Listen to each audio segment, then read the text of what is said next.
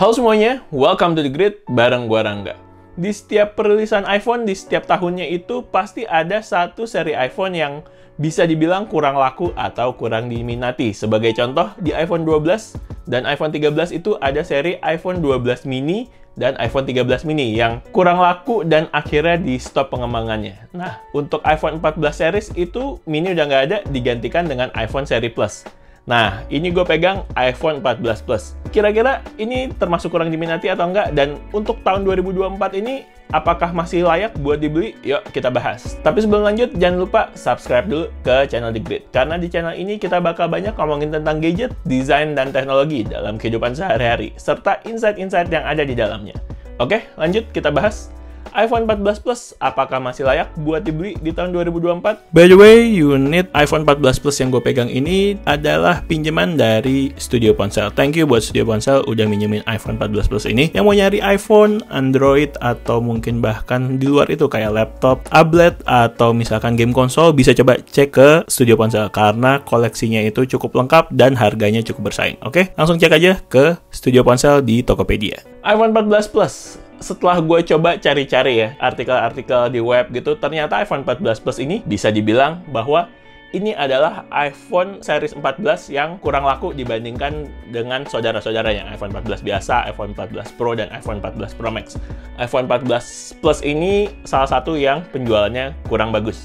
Nah, tapi sebenarnya iPhone ini sama sekali nggak jelek menurut gue. Problemnya mungkin iPhone ini secara harga dan positioning itu cukup nanggung. Pertama, dari segi harganya. Waktu awal rilis di Indonesia, harganya itu 17.999.000 untuk base model yang 128GB. Sekarang terakhir gue cek di website iBox itu harganya di 14.999.000. Tapi kayaknya stoknya juga udah terbatas.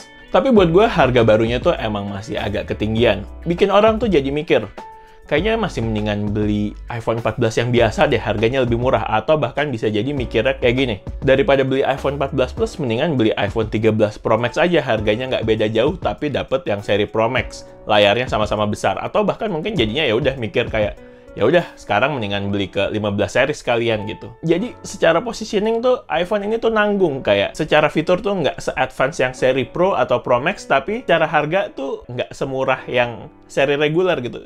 Nanggung gitu posisinya. Selain harganya yang nanggung, juga di produk positioningnya tuh nanggung. Sebagai perbandingan untuk yang ya bisa dibilang sama-sama fail ya, seri iPhone mini, iPhone 13 mini, iPhone 12 mini itu menurut gue target marketnya lebih jelas. Kalau lo nyari sebuah smartphone yang speknya cukup flagship pada masanya, kemudian lo nyari ukuran di bawah 6 inch, itu pilihannya dikit banget. Cuman 2 brand mungkin yang secara global tuh menyediakannya, itu adalah iPhone seri mini sama Asus Zenfone 9 dan Asus Zenfone 10. Udah, pilihannya itu doang yang di bawah 6 inch, nggak ada pilihan lain. Sementara buat iPhone 14 Plus ini, pilihannya banyak banget gitu, kompetitornya banyak banget. Bahkan ukuran layar 6,7 inch itu bisa dibilang jadi standar buat layar Android flagship lah bisa dibilang. Rata-rata tuh ukurannya 6,67, 6,7 inch, 6,8, jadi nggak jauh-jauh dari ukurannya iPhone 14 Plus ini yang 6,7. Jadi kayak gue nggak bisa lihat something special dari iPhone 14 Plus ini secara product positioning. Terus gimana? Jangan dibeli dulu. Wait, tunggu dulu. Jangan ngambil kesimpulan dulu. Untuk tahun 2024 ini malah ada beberapa hal yang gue lihat jadi lebih menarik nih dari iPhone 14 Plus ini. Yang pertama adalah harga secondnya. Untuk harga secondnya, gue coba cari-cari di marketplace gitu ya. Gue cari-cari harga termurah untuk yang 128GB itu di sekitar 12 juta. Sementara untuk yang iPhone 14 regular, harga secondnya itu sekitar di 11,5 gitu. Jadi bedanya tuh tipis harga secondnya antara iPhone yang 14 sama yang iPhone 14 Plus. Sementara harga barunya bisa dibilang cukup jauh harga perbedaannya. iPhone 14 biasa itu harga barunya di 12.999.000, bini gue baru beli kemarin. Sementara untuk iPhone 14 Plus ini, kalau gue lihat di websitenya iBox, harga barunya tuh 14.999.000. Jadi kalau misalkan menurut gue ya, bisa dapat iPhone 14 Plus ini dengan harga di bawah 12 juta, mungkin bisa nego-nego gitu. Menurut gue ini akan jadi iPhone yang menarik untuk dibeli. Kemudian baterainya. Nah, baterai kan salah satu musuh terbesar para pengguna iPhone ya. Tapi iPhone 14 Plus ini cukup menarik karena baterainya itu adalah baterai iPhone paling besar di antara 14 series yang lain. Ini baterainya tuh 4325 mAh kalau nggak salah ya, kalau nggak salah gue lihat. Itu masih lebih gede dibandingkan baterainya iPhone 14 Pro Max, beda sedikit. Jadi kalau emang nyari iPhone yang daya tahannya lebih dari 1 hari, mungkin mendekati 2 hari, iPhone 14 Plus ini kayaknya akan oke nih buat dipilih. Paling yang kalau mau beli second mesti dilihat ya sekali lagi baterai health-nya ya. Kalau misalkan baterai health-nya udah masih 87% gitu, kayaknya masih oke lah, karena itu berarti kan penggunaan standar lah ya bisa dibilang. Nah, next-nya adalah buat gaming. iPhone 14 Plus ini menurut gue akan sangat cocok dipakai buat gaming. Yang pertama adalah karena layarnya 6,7 inch, cukup besar ukuran layarnya, kemudian resolusi layarnya juga lebih tinggi dibandingkan iPhone 14 yang regular. Nah, gue tuh nggak terlalu main mobile gaming ya, gue nggak terlalu main mobile gaming kayak Mobile Legends dan lain-lain, tapi gue suka main CODM, dan menurut gue buat main COD mobile ini secara ukuran enak banget, gripnya juga enak. Dan kalau masalah performance-nya juga nggak perlu ditanya, karena chipset Apple A15 Bionic masih mantap banget buat ngegame. Dan kalau gue baca-baca ya, pro player itu banyak yang pilih pakai iPhone buat main game karena stability-nya. So, iPhone 14 Plus ini bisa jadi pilihan yang oke buat lo yang suka main game di iPhone. Dan yang terakhir adalah kameranya ya. Gue bahas dikit aja, tapi gue suka nih kamera dari iPhone 14 Plus ini. Secara setup, dia pakai setup dual kamera dengan 12 megapiksel main kamera serta 12 megapiksel ultrawide kamera. Untuk kualitas kameranya menurut gue sih masih ngejar banget ya untuk standar smartphone di tahun 2024. Ya udah, yuk langsung kita lihat aja hasil foto dan video dari iPhone 14 Plus.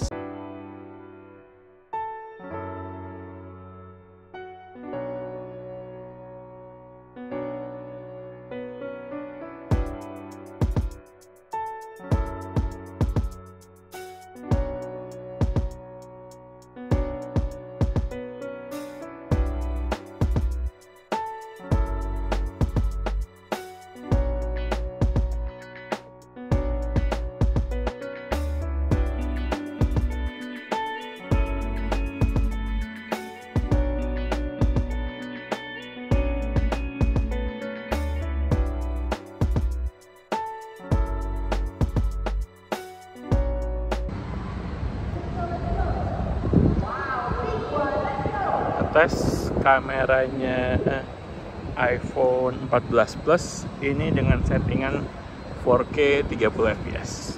Ini pilihannya tuh cuma ada HD 30 fps, HD 60 fps, kemudian ada 4K 24 fps, 30 fps sama 60 fps. Ini yang 4K 30 fps. Kurang lebih kayak gini kualitasnya.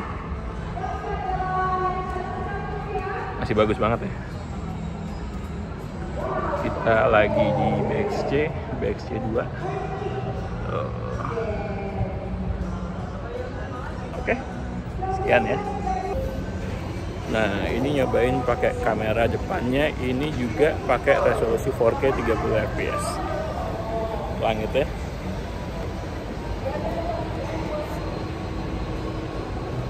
Buat vlog gitu asik sih, kayaknya ya.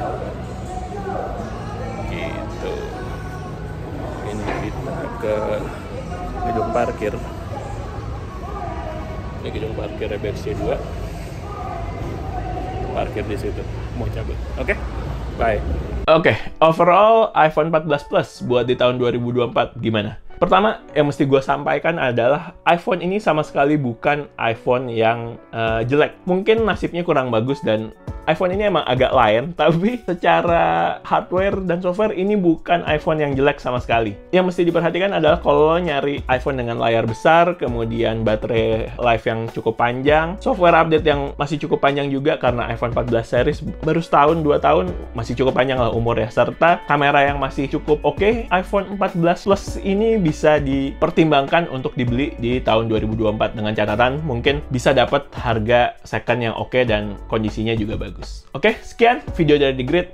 Like videonya kalau emang suka, subscribe ke channel The Grid, dan follow Instagram kita juga di thegridco.id. Oke, The Grid sign out. Bye.